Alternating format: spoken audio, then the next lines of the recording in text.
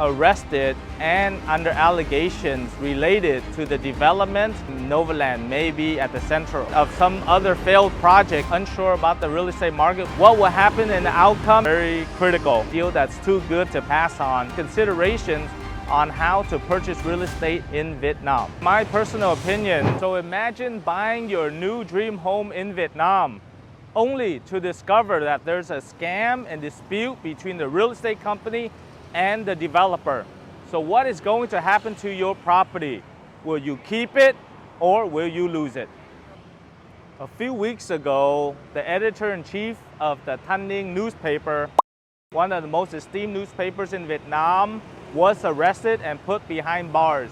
The reason is he siphoned away large amounts of state assets or monies for murky real estate dealings. So yes, the real estate drama in Vietnam is continuing and it's getting worse, but how bad is it? So in this video, I'm gonna talk about what exactly happened and also expose the potential underbelly of Vietnam's real estate sector and expose what the truth is and how it will impact you. Also, I will give you my personal opinion of who already went to jail and who will potentially go to jail as well. So let's get started.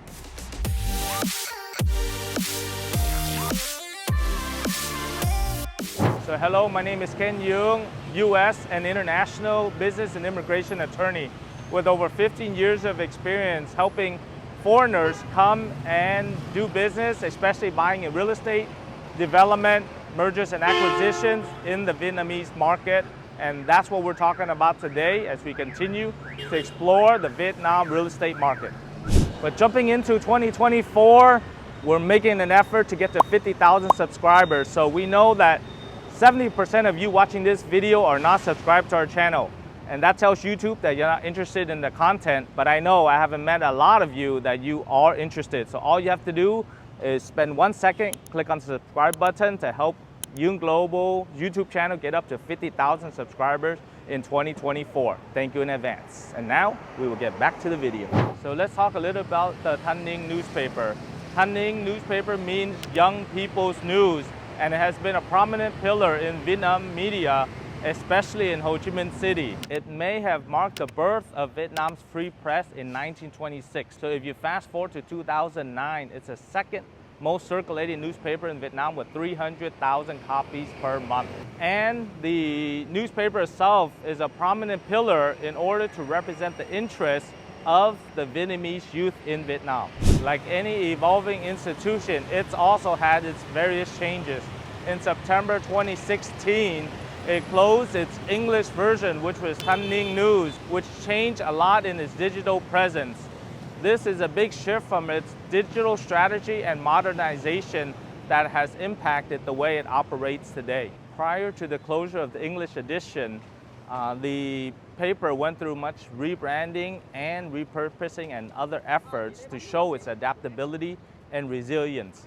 However, in January 2012, the English side became a bit weak, and finally it closed fully, and then it took over to be Thanh Ninh News again now. So the question is, who got arrested in this particular situation? Mr. Nguyễn Công Khê and Mr. Nguyễn Quang Thông, former editors-in-chief of the Thanh Ninh newspaper, were arrested and under allegations related to the development of a commercial center, luxury apartment, and residential building at 151, 155 Bến Văn Đồn, District 4, Ho Chi Minh City.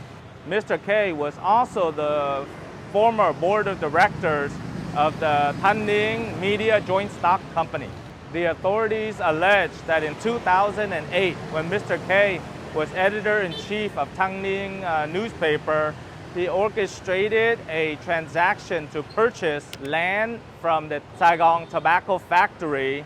But within that, it was a joint venture between Thanh Ninh newspaper, Thanh Ninh Media Joint Stock Company, and the newly formed joint venture of Thanh Ninh Real Estate. Within this transaction, the Thanh Ninh newspaper was going to contribute their land use rights as part of the capital contribution for this new company.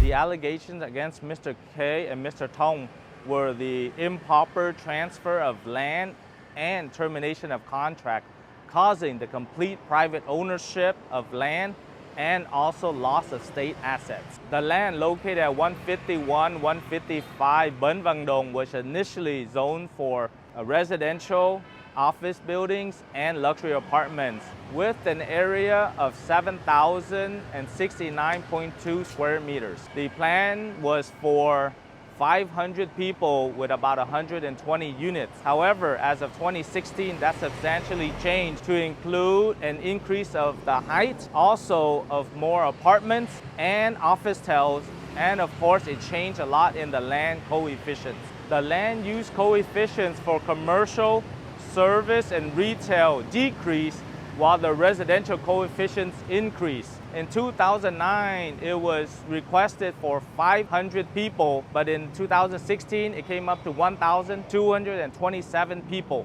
And in 2009, it was only 120 units, but it increased to 362 units of residential living. The project was finally named Rivergate Residences, positioned as a luxury residential with modern facilities for commercial and retail as well. The pricing of the units were ranging from $2,400 to $2,800 per square meter, and an average 3-bedroom apartment will cost between $280,000 to $340,000 US. So notably associated with this project is Novaland, one of the largest developers in Vietnam, but their name is not mentioned anywhere. As you can remember, we did a video of why and how the real estate crisis started, and Novaland may be at the center or one of those companies that have impacted what is happening. So if you want to watch that video, click on your right-hand corner and you can see the details of what we explained in that particular video. This omission raises a question of why Novaland was not acknowledged in the project details. So in my personal opinion, roughly around the period of 2015, 2016, Novaland started developing, although they had permissions before that, of a lot of projects, especially in District 4, including Icon 56. Next to it was Tresor, and then next to it was Saigon Royal. And those were the projects of Novaland, quite prominent already. Yet there was a project further down, which was Rivergate, which wasn't part of those 3 developments. And I feel, my own personal opinion, having lived in that particular area, is that it was a byproduct of some other failed project and Novaland took over because of this particular deal. So it's what we call a deal that's too good to pass on, and that's the reason why they jumped in. But of course, due to the inner workings that we're talking about with Thanh Ninh and the tobacco factory, they did not want to put their name on it. But of course, you fast forward now, Novaland is associated and on the name for the Rivergate Residences. So investing into another country's real estate market can be very lucrative, but it can also come with many challenges of uncertainties and unknowns. So today I'm going to actually talk to you about the 4 steps and considerations on how to purchase real estate in Vietnam. First, having your local market research, including understanding the market trends, the economic conditions currently, the pricing of the property, and also what the growth potential is. Going into the ultra micro area of the city or the ward that you want to buy in, because many of the local conditions may vary significantly. Number 2, local partnerships are very critical, especially with real estate attorneys, professionals, agents, brokers, and developers as well. Having that local partnership will help you with the cultural nuances and the legal complexities. Number 3, risk management. To minimize your economic risk, you should buy different classes of properties and also in different regions. And other risk factors such as economic instability, economic downturn, or political instability, you should also take into account when buying and where to buy in Vietnam. And finally, number 4, regarding property management. How do you plan to manage the property from afar? You can either hire a local company or management company for you, or you can manage it from afar yourself. However, we highly recommend working with a local property management company. With over 15 years of wealth of experience helping foreigners to understand the Vietnamese business climate, working on the legal contracts, especially doing due diligence on the developer, the property, the grant titles and deeds, to help you be able to buy comfortably and also finding the right projects for you in Vietnam. So don't hesitate to contact our team of legal and real estate experts in Vietnam to help you on your journey of investing in Vietnam. If you still find yourself unsure about the real estate market, we made an entire playlist that you can click on the right-hand corner to watch about the real estate market in Vietnam. So what do you think about this case? Who else besides the two editors-in-chief? What will happen in the outcome and what will be the details? So make sure you continue to follow our channel for updates on this situation. As always, thank you very much for watching this video, and make sure that you like our Facebook page, subscribe to all our YouTube channels and other media platforms as well. Comment below if you're following this pending case as well. And of course, click on the bell for notifications. So my name is Ken Duong. Thank you for watching this video, and I'll see you on the next one.